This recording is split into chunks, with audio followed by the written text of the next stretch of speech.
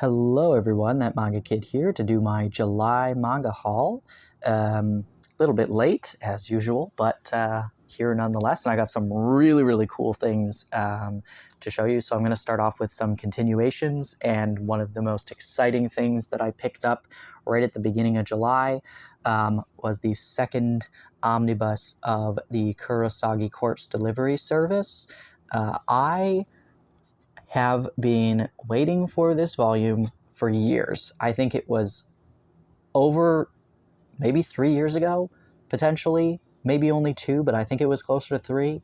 I purchased all 4 of the omnibuses for this series, and volumes 1, 3, and 4 arrived, and Chapters canceled my volume 2 because it was out of print at that point, and they didn't actually have any left. So I read Omnibus 1, the first 3 volumes, and I've been unable to continue reading this series, and I've had volumes 3 and 4 wrapped still in the plastic wrap on my shelf for years now, unable to read them. I kept, despite it being listed as out of stock, I kept it on my wish list on Chapters for all these years, and happened to be scrolling through my wish list and went, it says it's in stock. And I didn't know that it was being reprinted or anything. I hadn't heard anything. I went, maybe they found some copies somewhere or whatever, I don't know, but I figured, honestly, sometimes they accidentally list stuff as in stock, and then they come back immediately with, sorry, we don't actually have this. So I fully put in an order for it, fully expecting it to be a mistake, and for them to just email me immediately and say, sorry, we don't actually have this. And then I waited, and like a day or so later, it said, your item is shipped, and I went, are you kidding? And waited, and I thought maybe it's still a mistake and something else will show up, and sure enough, it arrived, and I lost it. Because at the time I was still trying to Google and figure out if there was a reprint. I couldn't find any information online, and I thought, like, maybe they did just find a copy somewhere in the warehouse. And then I found out a couple weeks later, I heard that Dark Horse was reprinting these omnibuses. So I've had Omnibus 5 pre-ordered for about a year and a half now, because the release date keeps getting pushed back. But this was a real highlight for me. I'm in the middle of the second volume within this omnibus right now, but this has been a highlight. This series is so gruesome. It's about these students at a Buddhist college, and they all have various talents for finding or speaking to or whatever stuff related to the recently deceased. And so they're trying to make a business out of communicating with the dead and leading people to the afterlife and solving their unfinished business. It's very gruesome and very disturbing, and I love this series a lot, and I'm so happy that I can finally read the 6 volumes worth of content that have been sitting on my shelf unread for years now. So super stoked about that. Next up, Volume 9 of Blood on the Tracks by Shuzo Oshimi. Continues to be amazing. This volume in particular was very good. We're really getting to a point in this series where things are, like, they're happening. And I'm very interested to see, like, I don't even know how long this series is going to be. I'm assuming it has to be close to the end by now. But I'm interested to see how this wraps up, because it's quite unnerving. And I got Volume 3 of I Think Our Son is Gay by Okura. I love this. This is so charming, very sweet, and honestly, I'm not tired of it. I thought that after the first volume, because it's real short, like couple-page vignettes of this mother kind of experiencing her 2 sons growing up, and her one son, her eldest, is, she presumes, gay.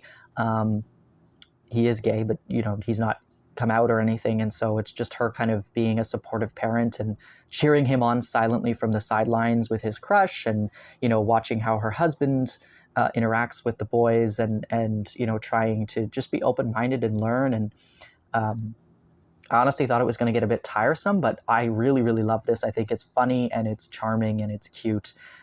They are quite thin volumes. This is released by Square Enix, but really nice quality volumes, and enjoyable for sure. Then at local thrift store, I happened to find the complete Kikis delivery service,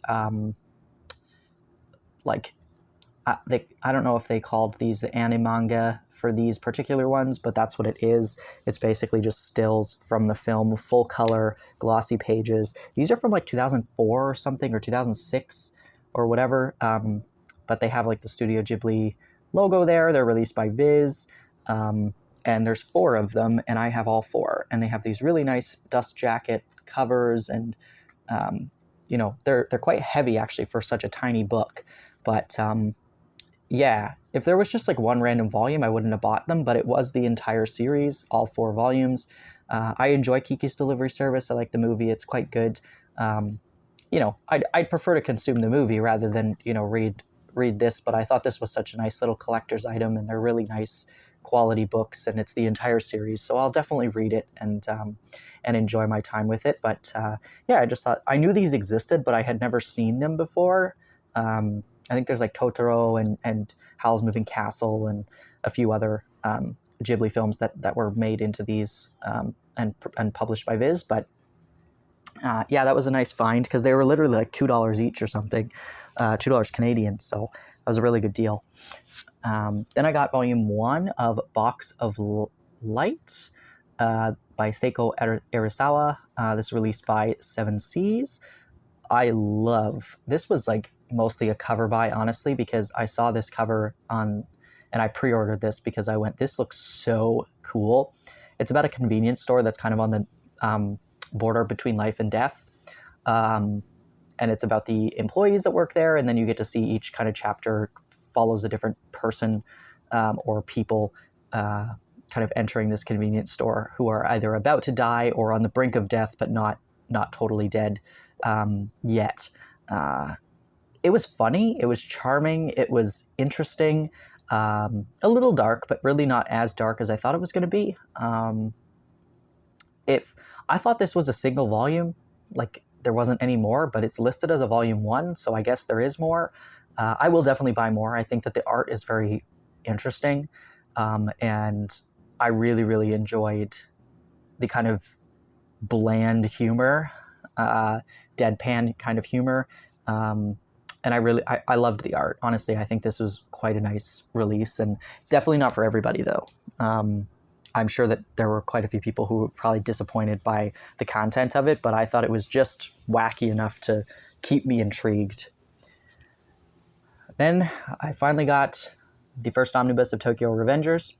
I've read the first 3 volumes because I have them digitally. I got them in a Humble Bundle.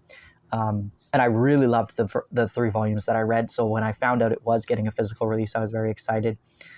So I haven't actually read this physical copy. It's because I've read this content already, but I do have the second one pre-ordered as well. So I'll definitely read that one because it'll have volume 4 in it, which I haven't read yet. But I honestly don't.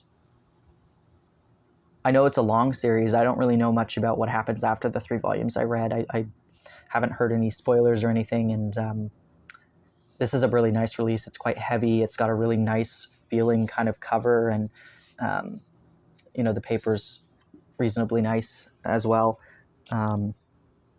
It's a pretty nice release.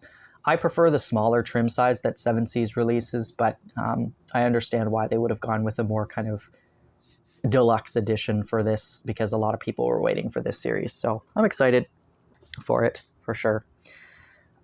Next up is a little bit of a story. So I follow, and by follow I mean I go on their website and I look up their stuff for a few of the smaller publishers, Fantagraphics included, and The Passion of Gengarottagame was a giant book that they had released years ago that I missed. I missed the boat on it. It's out of print. It's been out of print forever. I was very upset with myself that I missed it. And it was, I believe, a hardcover edition. And it was something I've always been so mad at myself that I didn't get when it was actually out. And so when I saw that they were re-releasing, but in 2 paperback editions, The Passion of Gengarottagame, I was very excited. And so I pre-ordered both copies and waited months and months and months. I think the release date got pushed back a couple times. Anyway, so excited.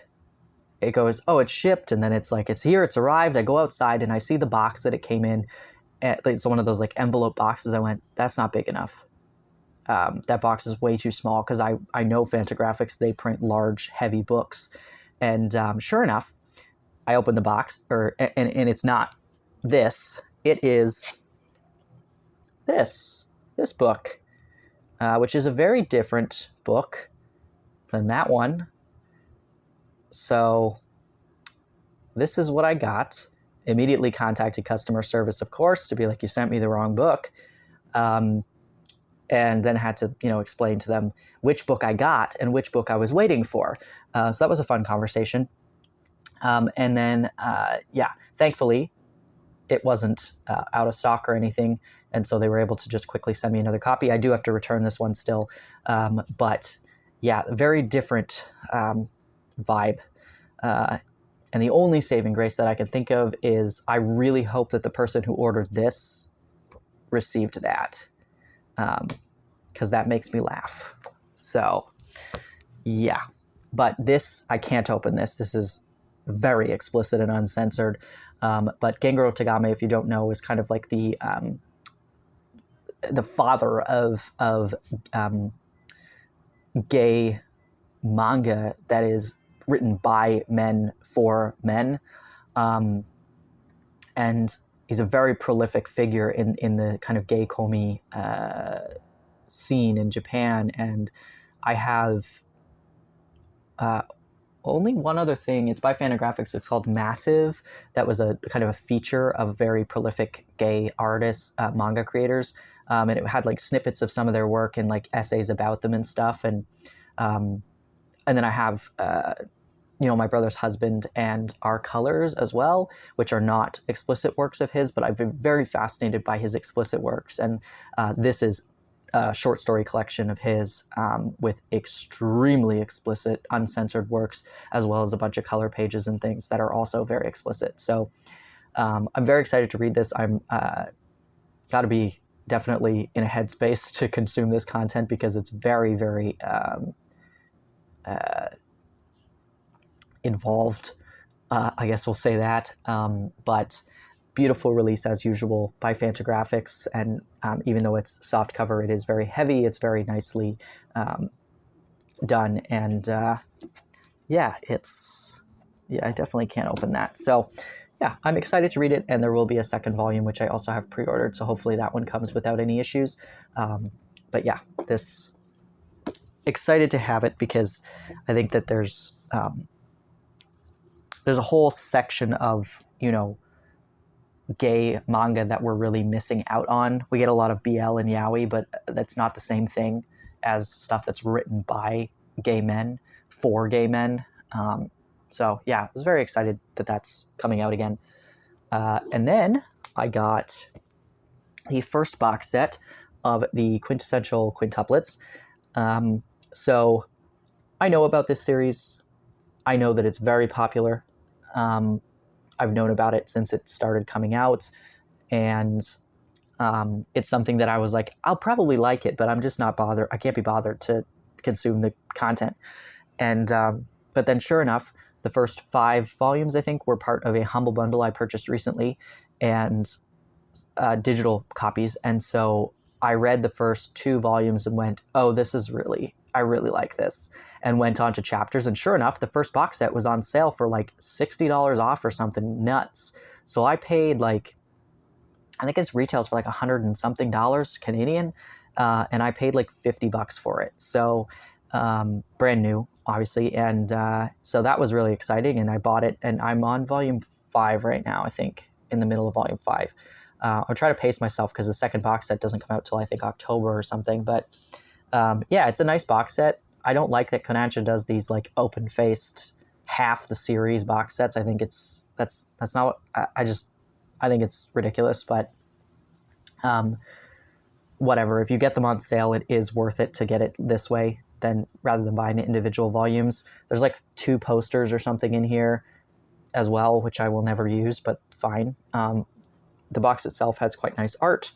And then obviously when you have both, it will complete the top part. So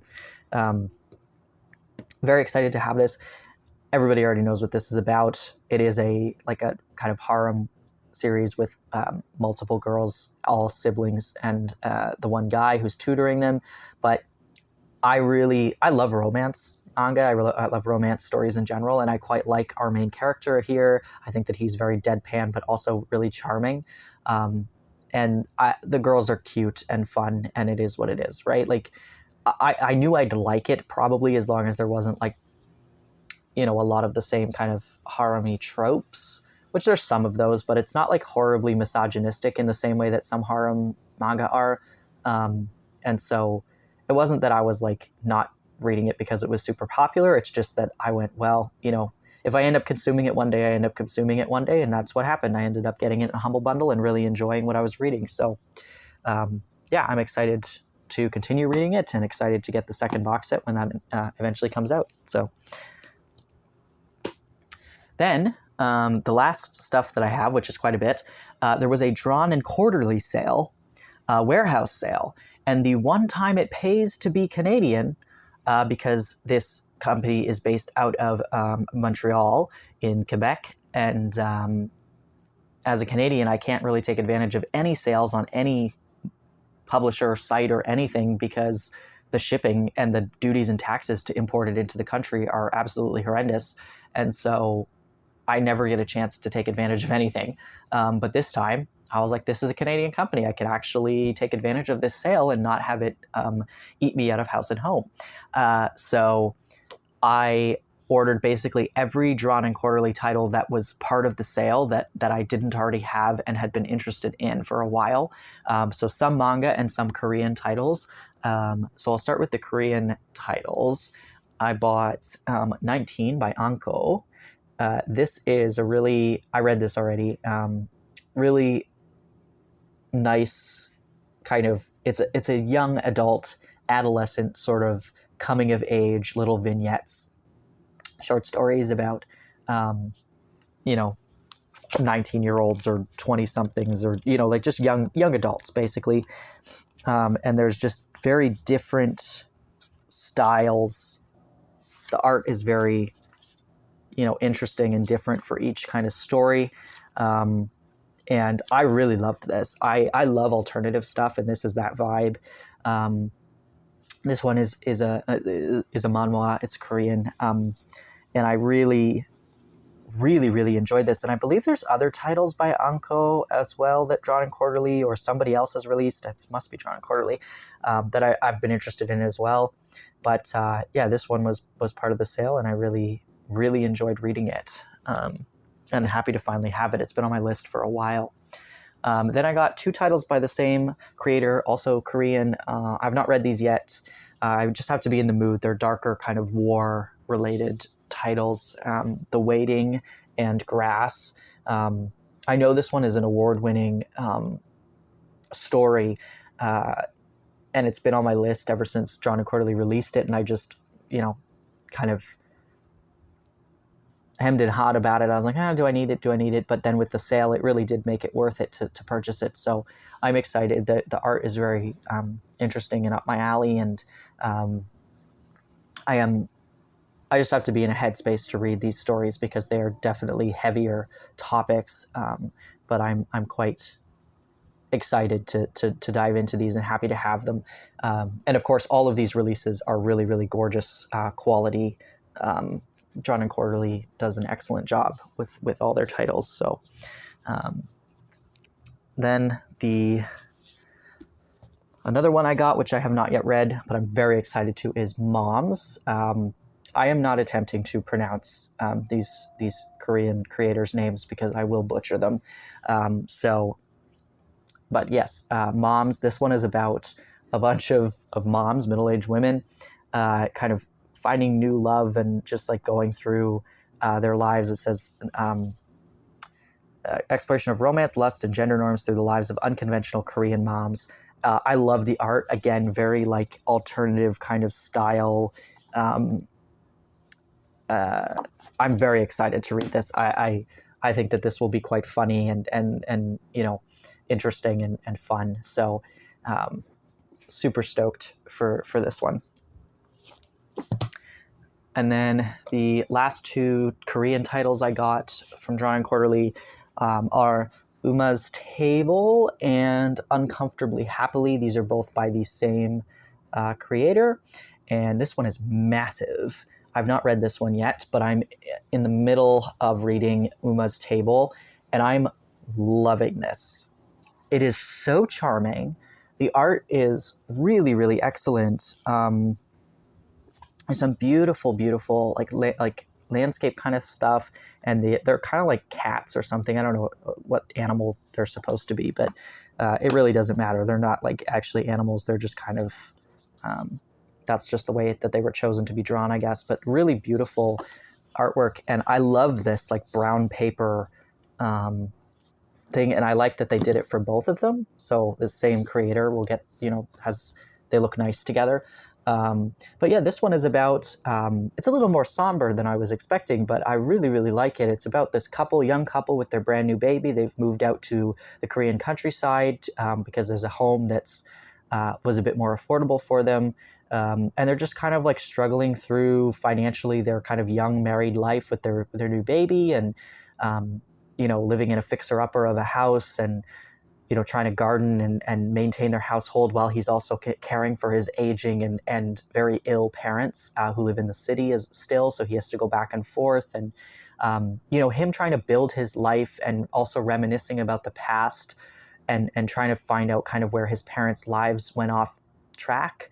And he's still a young man who thinks he knows everything, and is trying to reconcile with his new life, with his family, his new family, and how much he loves his family, but then has to go back to the stark reality of his parents' existence, and all of the trauma and trouble that he's carried with that relationship. And it's really wonderful. And the point of it is it focuses on meals, and really goes heavily into the food that he makes and prepares for his family, and how they eat together, and also the food that his mom used to make for him and his brother when they were kids. And it's centered around food and that kind of communal aspect, but it really is quite a poignant piece, and I really, really am enjoying it, and I'm very, very happy or excited to read Uncomfortably Happily, which I think is sort of a bit of an autobiographical tale of the creator, of him and his wife moving out to like the countryside, and him trying to continue his comic creating career while out in the countryside, where he's trying to enjoy the peaceful life while his editor is like constantly hounding him to continue to create things. And so I don't know if Uma's Table has a bit of an autobiographical sort of spin to it, or if it's completely fictional. It feels very real. And so, I am wondering if it kind of holds true to some of the creator's experiences, but this one I know is more of an autobiographical account. But I'm very excited to read it because I'm really loving the art style and the writing style of Uma's Table. So, but yeah, I think that I'm very happy about these, and I'm excited to own them and be able to read them again in the future. But yeah, expect fully all of these Drawing Quarterly titles for sure to have individual reviews for each of them once I've read them all and whatnot. But yeah, next I got the manga that I got from Drawing Quarterly. I finally bought some Kitaro. I bought all of the ones that were out. There's seven volumes, and they have excellent like rainbow color spines, which are great. The only one I've read so far is The Birth of Kitaro. Just read that one the other day, but I've got The Great Tanuki War, Trial of Kitaro, Kitaro the Vampire Slayer, Kitaro meets Nudara Hyon, Kitaro's Strange Adventures, and Kitaro's Yokai Battles.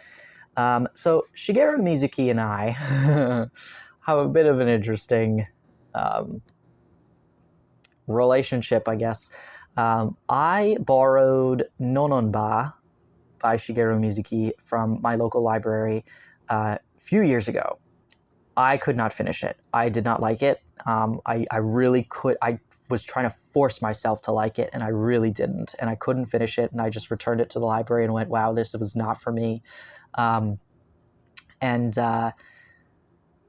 I just kept trying to get myself to want to read Shigeru Mizuki, and I know that he's such a prolific Gekiga creator, and like I just was like trying to force myself to enjoy his stuff, and I just wasn't liking it. And so I've always wanted to own these, but every time I went to buy them, I went, I can't spend money on these when I know I'm not going to like them. Now with the sale, it really did make it worth it to buy them because I knew I'd regret it if I didn't purchase them. And thankfully, when I read The Birth of Kitaro, I actually quite enjoyed it. So I'm excited to read the rest of these. I do have Tono Monogatari, which is a recent Drawn and Quarterly release. That's a short story collection, and I'm about halfway through that one. And again, like I liked that one a lot better than Nononba, but still was struggling to kind of get through it. And so I was quite nervous that I bought all these because I wasn't sure I was going to enjoy them. But I liked the volume I read, and I actually quite liked it. So I'm excited to read more of these. Like the art is stunning, and I know how important Mizuki is in the world of manga. And so, you know, I want to like his stuff, but there was just something that wasn't connecting with me. But I'm excited about Kitaro, and I am excited now to kind of go back and read the rest of Tono Monogatari now that I've read something by him that I like. Hopefully it will kind of prompt me to enjoy a bit more of his stuff. But I don't know that I'll ever buy Nononba unless I find it for a really, really cheap used price or something. I don't know.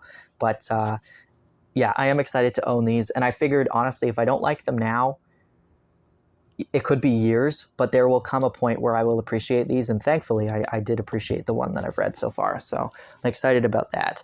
And then I did also get Onwards Towards Our Noble Deaths by Shigeru Mizuki, because this one it is fictional, but it is based on like his own experience in the war. And this one will definitely have a different vibe than his like yokai stories. And so I figured this one will be something that I will get something out of this, whether or not I'm going to love it and want to read it all the time, which I highly doubt. I think it's a darker read for sure.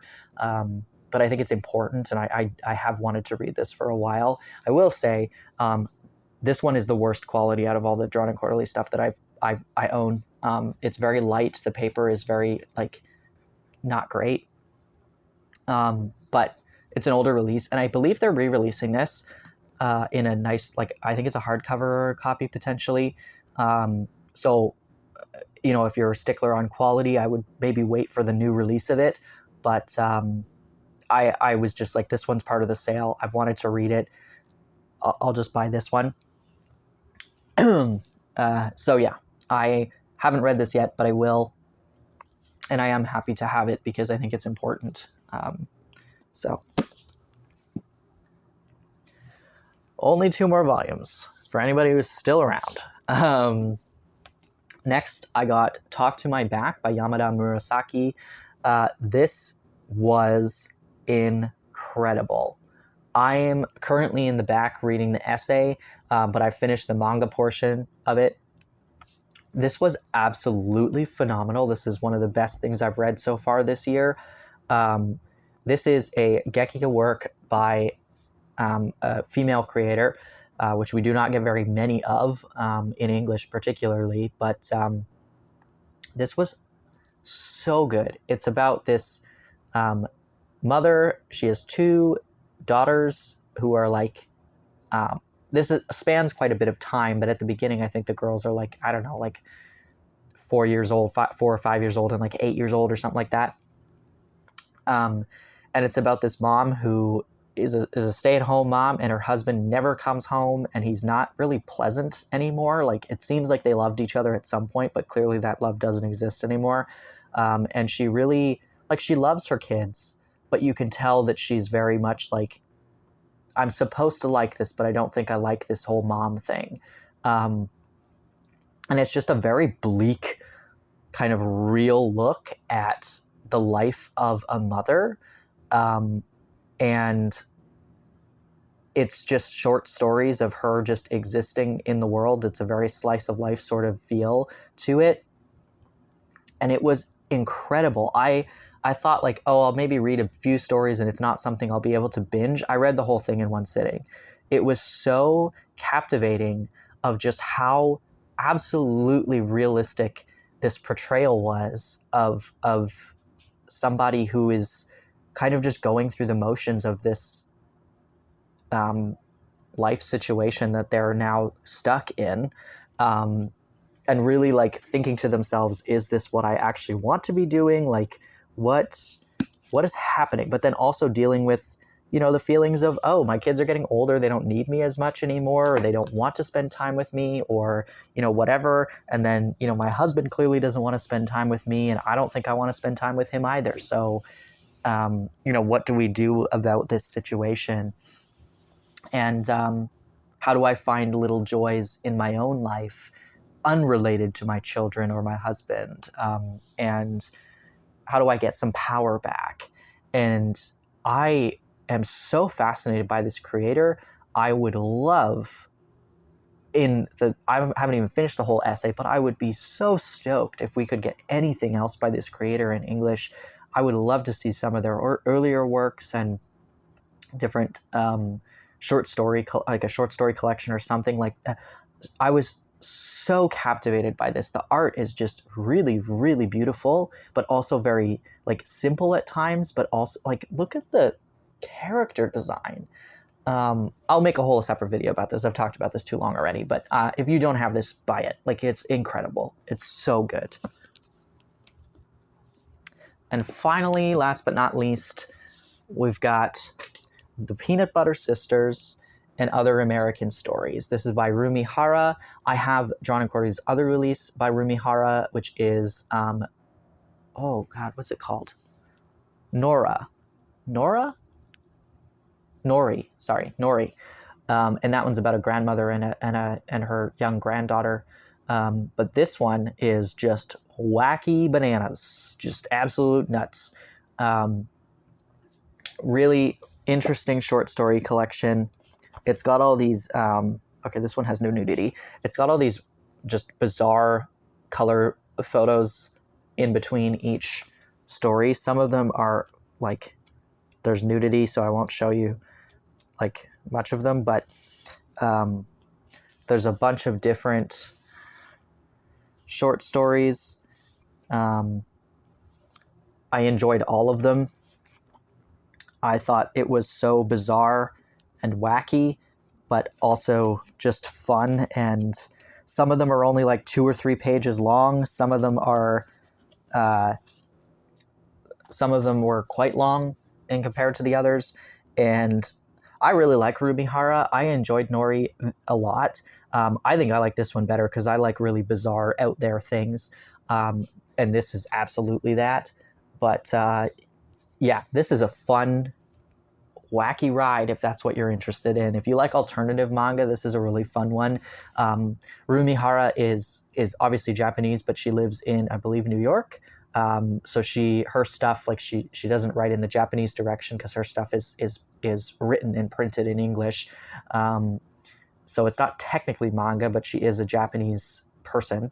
But yeah, it's a nice, like for somebody, like for me, I don't read like a lot of English language stuff when it comes to comics and everything.